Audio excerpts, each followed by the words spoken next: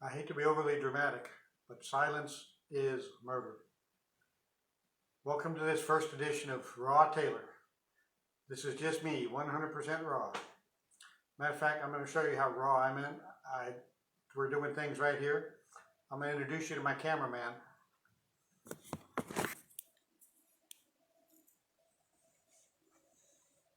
That's my ironing board.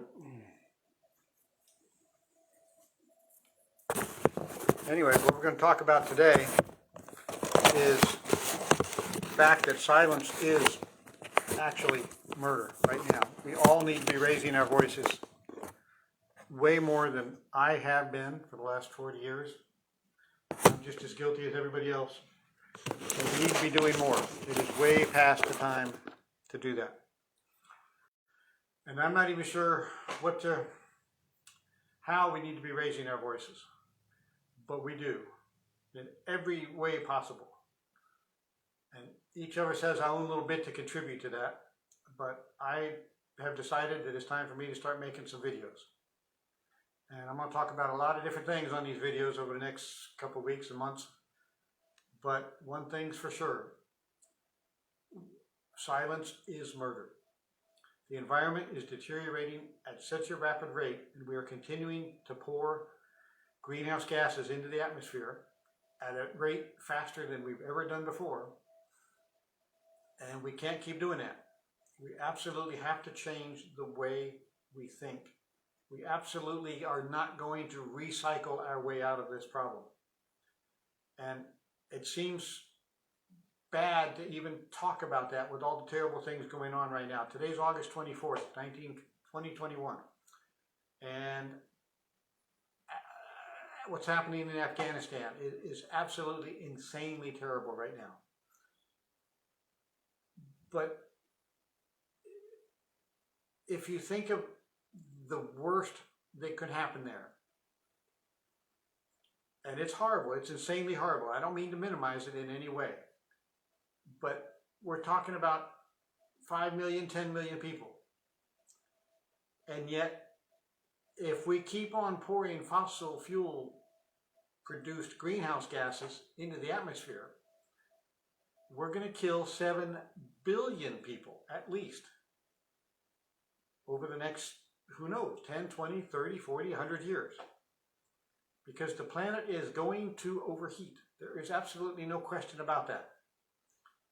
We may have already passed the tipping point. But personally, I think one of my goals in life is to give hope to people. So I'm going to at least hope and act as if we haven't yet passed that tipping point. And to try and do everything I possibly can to make sure we don't hit that tipping point, to make sure we change things before we actually get there.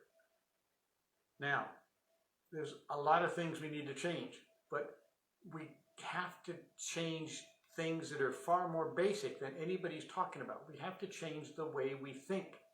We have to change the entire system of our civilization. And I don't see how we're going to do that with the current two-party system in the United States. I'm hoping that the United States can someday turn around and lead the world out of this. If not, maybe somebody else will, some other country, I don't know. But it seems to me that the United States has the best chance of doing that. So I'm hoping. And I don't see any way in our current political system, which is so absolutely screwed up and so completely populated by corrupt people that only care about getting reelected and the money that they can make by getting reelected and staying in office and staying in power. That's obviously all they care about. On both sides of our two-party system, pretty much. There are exceptions, of course, possibly exceptions on both sides. But the vast, vast, vast majority of politicians in this country at all levels are completely and totally corrupt. There's just no other way there's just no other way possible for people to be doing what they do. I'm a great believer in looking at something, an action, looking at the result of something. Looking at the way something moves and thinking, well, some force had to act upon that in order for it to move that way. One of my favorite stories is one of the planets. I don't remember which planet it was. It was discovered because somebody noticed a wiggle in one of the other planets. And they thought, well, if that other planet is moving out of its, what we would consider to be its normal orbit, some other force must be acting upon it, the gravitational force of some other planet that we haven't discovered yet. And they did a bunch of calculations and decided, okay, if it's this big enough to move it that much, it has to be this mass and this, and maybe it's over there. And in the intervening years, telescopes had improved a great deal. And so they pointed a telescope to where somebody calculated it has to be maybe there. And they discovered the planet. But they knew because the planet acted in a way contrary to a normal orbit, that there had to be some other force acting upon it. And that's one of my main beliefs, is that these politicians are acting to kill all life on the planet, virtually every single one of them. And the only possible reason I can fathom that they would do that year after year, decade after decade, is that they are motivated more by money than they are motivated by not killing 7 billion plus people on the planet. It's just, they can't possibly be that stupid, even though many of them pretend to be. I don't believe people could possibly be that stupid. Right now, in 2021, we've known since 1974, I believe it was, at that board meeting of Exxon. It's been well publicized in the last couple months. The board meeting of Exxon, where the engineers stood up and said, look, basically we're going to cook the planet. 1974, I'm pretty sure that was the year. Somebody correct me if I'm wrong. And if anybody has a good source for that, I'd appreciate you leaving it in the comments. But we've known. Anybody with any interest in learning has known since 1974 at the very least. So that's a long time for people to be denying what is absolutely an unquestionable truth. And that's why I keep getting back to corruption. So we have to change the system. We have to get private money out of politics, I think, at the very least.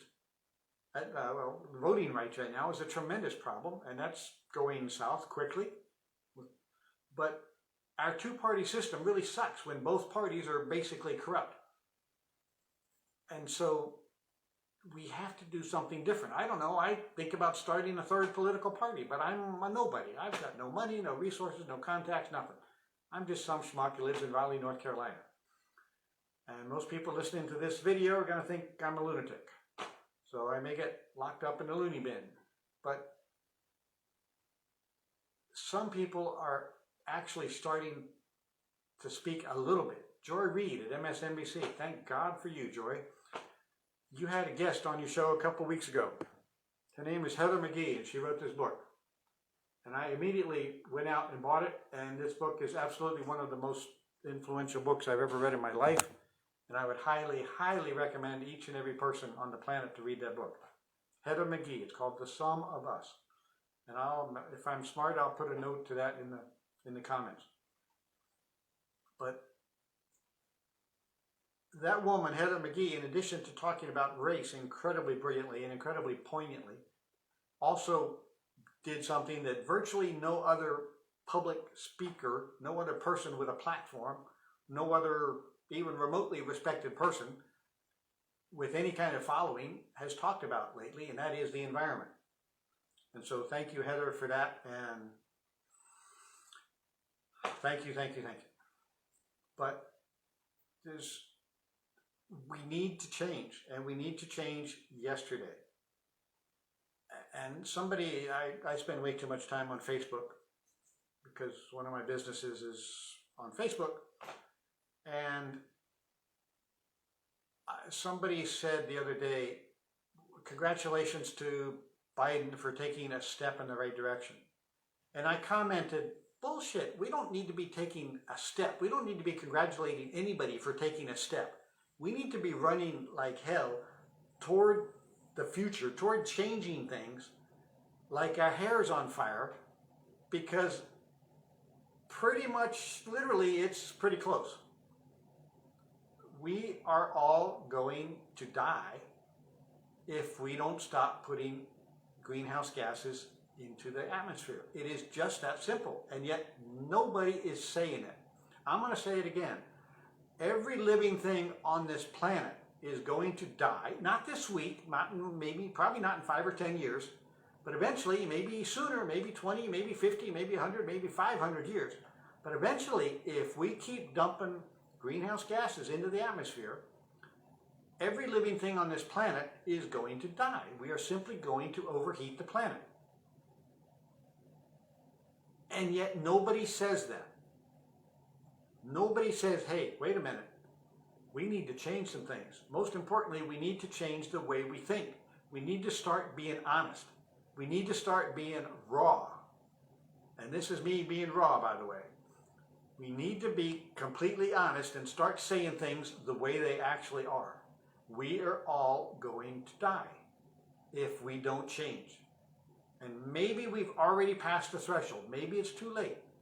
But hopefully we still have some window of opportunity, some very small and closing quickly window of opportunity to change things.